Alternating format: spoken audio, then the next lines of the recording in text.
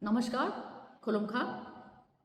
I would like to welcome all of you to a very important event that we're going to have tomorrow, that is on the 18th and also on the 19th of August 2025.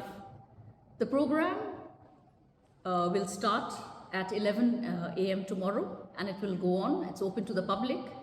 We are going to commemorate and honor our Maharaja, that is Maharaja Bir Bikram Manikya of Tripura. It's his 117th birthday. So I would like all of you to come and see this exhibition, which is going to be held at Manikya Enclave. And I'm sure you're going to learn a lot from this exhibition, because we're going to have a photographic exhibition depicting his life and his contributions to the state and to his people.